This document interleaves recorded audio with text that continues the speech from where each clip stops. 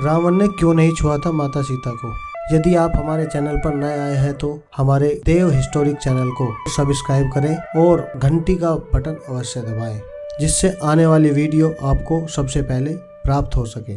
भगवान राम की अर्धांगिनी माँ सीता का पंचवटी के पास लंकाधिपति रावण ने अपहरण करके 2 वर्ष तक अपनी कैद में रखा था, लेकिन इस कैद के दौरान रावण ने माता सीता को छुआ तक नहीं था। तो ऐसा क्या कारण था कि रावण ने सीता माता को छुआ तक नहीं? क्या माता सीता में सतीत्व की शक्ति थी या कि रावण डरता था भगवान राम से? कहीं ऐसा तो नहीं कि रावण ने कोई वचन धारण कर रखा हो, वह किसी श्राप से बंधा हो।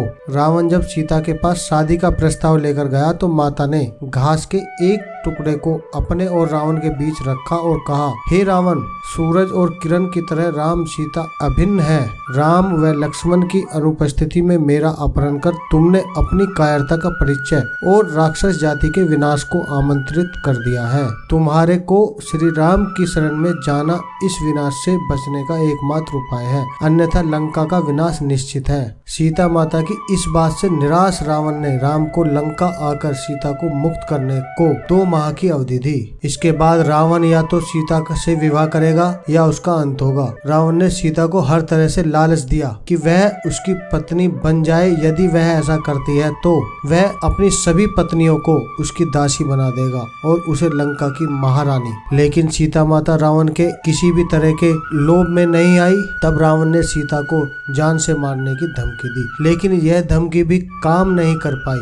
रावण चाहता तो सीता के साथ जोर जबरदस्ती कर सकता था, लेकिन उसने ऐसा नहीं किया। आखिर इसका क्या कारण थे? राम के भाई लक्ष्मण ने रावण की बहन शूर्पणखा की नाक काट दी थी। पंचवटी में लक्ष्मण से अपमानित शूर्पणखा ने अपने भाई रावण से अपनी व्यथा सुनाई। सीता बहुत सुंदर है और वह तुम्हारी पत्नी बनने में सर्वथा योग्य है। तब रावण ने अपने मामा मारीच के साथ मिलकर सीता अपहरण की योजना रची। इसके अनुसार मारीच का सोने का हिरण का रूप धारण करके वह लक्ष्मण को वन में ले जाने और उसकी अनुपस्थिति में रावण द्वारा सीता का अपहरण करने की योजना बनाई। इस पर जब राम हिरण के पीछे वन में चले गए तब लक्ष्मण सीता के पास थे, लेकिन बहुत दूर जाने के बाद भी जब राम नहीं आए तो सीता माता को चिंता होने लगी। तब उन्होंने लक्ष्मण को भेजा। राम और लक्ष्मण की अनुपस्थिति में रावण सीता का अपहरण करके ले उड़ा। अपहरण के बाद आकाश मार्ग से जाते समय पक्षीराज जटायु के रोकने पर रावण ने उसके पंख काट दिए।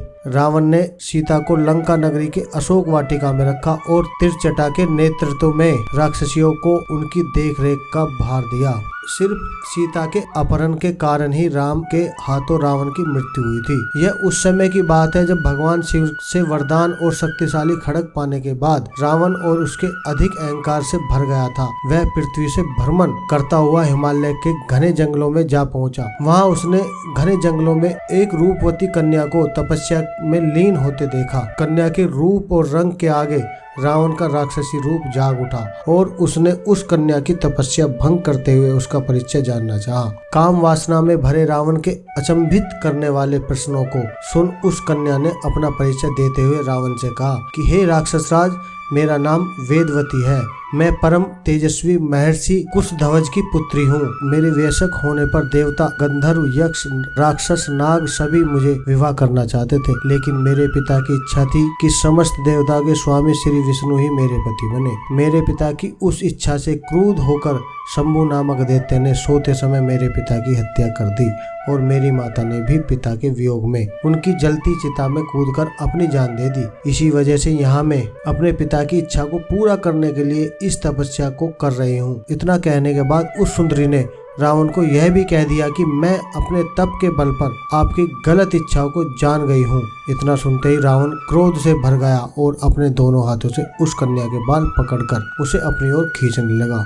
इससे क्रोधित होकर अपने अपमान की पीड़ा की वजह से वह कन्या दशानन को यह शाप देते हुए अग्नि में समा गई कि मैं तुम्हारे वध के लिए फिर से किसी धर्मात्मा पुरुष की पुत्री के रूप में जन्म लूंगी। महान ग्रंथों में शामिल दुर्लभ रावण संहिता में उल्लेख मिलता है कि दूसरे जन्म में वही तपस्वी कन्या एक सुंदर कमल से उत्पन्न हुई और जिसकी संपूर्ण काया कमल के समान थी। इस जन्म में भी रावण ने फिर से उसी कन्या को अपने बल के दम पर प्राप्त करना चाहा और उस कन्या को लेकर वह अपने महल में जा पहुंचा, जहां ज्योतिषियों ने उस कन्या को देखकर रावण को यह कहा कि यह कन्या इस महल में रही तो अवश्य ही आपकी मौत का कारण बनेगी। यह सुनकर रावण ने उसे समुद्र में फेंकवा दिया। तब वह कन्या पृथ्वी पर पहुंचकर राजा जनक के हल जोते जाने पर उसकी पुत्री बनकर फिर से प्रकट हुई।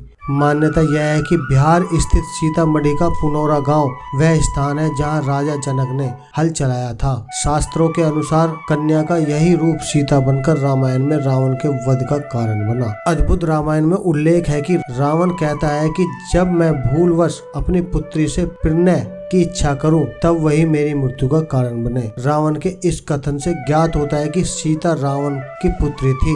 अद्भुत रामायण में उल्लेख है कि मतस्मद नामक ब्राह्मण लक्ष्मी को पुत्री रूप से पाने की कामना से प्रतिदिन एक कलश में कुश के अग्रभाग में मंत्रोच्चारण के साथ दूध की बूंदें डालता था। एक दिन जब ब्राह्मण कहीं बाहर गया तब रावण उसकी कुटिया में गया और वह मौजूद ऋषियों को मारकर अपने रक्त कलश में भर लिया। यह कलश लाकर रावण ने मंदोदरी को सौंप दिया।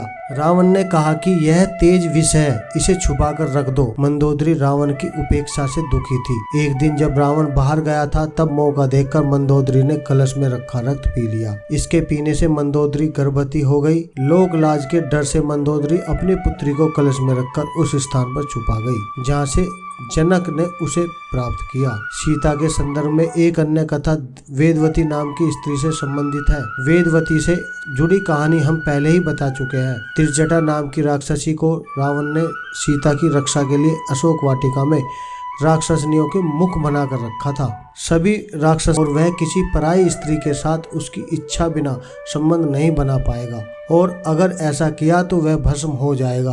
अन्य जगहों पर उल्लेख मिलता है कि रावण ने रंभा के साथ बलात्कार करने का प्रयास किया था। इसके चलते रंभा ने उसे यह श्राप दिया कि रंभा कुबेर के पुत्र नल कुबेर के साथ पत्नी की तरह रहती थी। रंभा नल कुबेर के संबंध को लेकर रावण अक्सर उपवास उड़ाया करता था। इसी श्राप के भय से रावण ने सीता हरण के बाद सीता को छुआ तक नहीं था। दोस्तों, यह सीता माता की कहानी आपको कैसी लगी हमारे कमेंट बॉक्स में जाकर अवश्य बताएं।